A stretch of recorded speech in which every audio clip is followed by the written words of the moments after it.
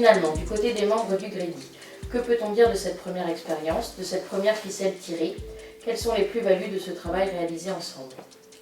Alors, dans un premier temps, nous avons été parfois très déstabilisés. L'idée de travailler sur le sujet de l'école inclusive nous a finalement amené à partir sur un sujet auquel nous n'avions pas spécialement pensé. Nous avons finalement tiré la ficelle de la relation école-famille comme lien vers l'école inclusive, avec cette idée de rendre accessible à tous, tant du côté des enfants que du côté des parents.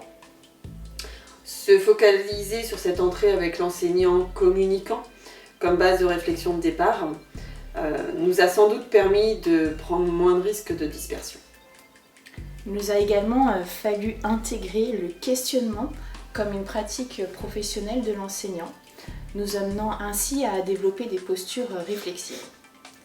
La question du livrable, d'une réalisation concrète, nous semblait parfois prématurée. Et pour autant, en le faisant, en la réalisant, on a complètement cerné son intérêt. Au-delà de partager avec vous notre expérimentation, le fait d'être contraint dans le temps pour dépasser ces questionnements, ça nous a permis d'approfondir nos analyses en nous focalisant sur deux entrées.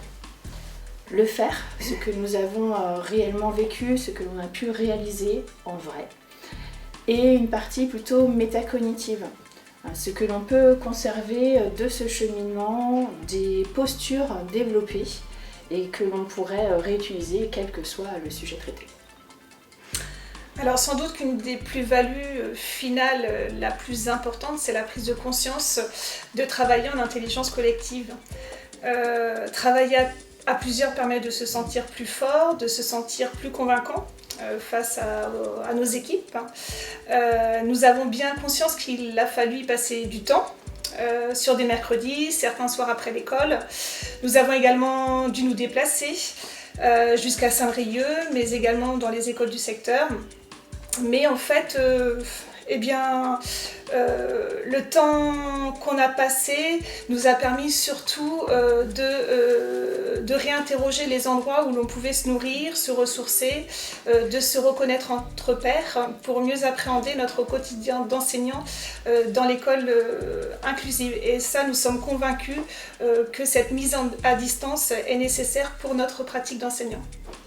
C'est vrai que si nous avons bien une certitude aujourd'hui, c'est de pouvoir dire que l'école inclusive, c'est vraiment l'école de l'équipe et que fondamentalement, nous avons tous besoin des uns des autres pour la réinventer et lui donner tout son sens.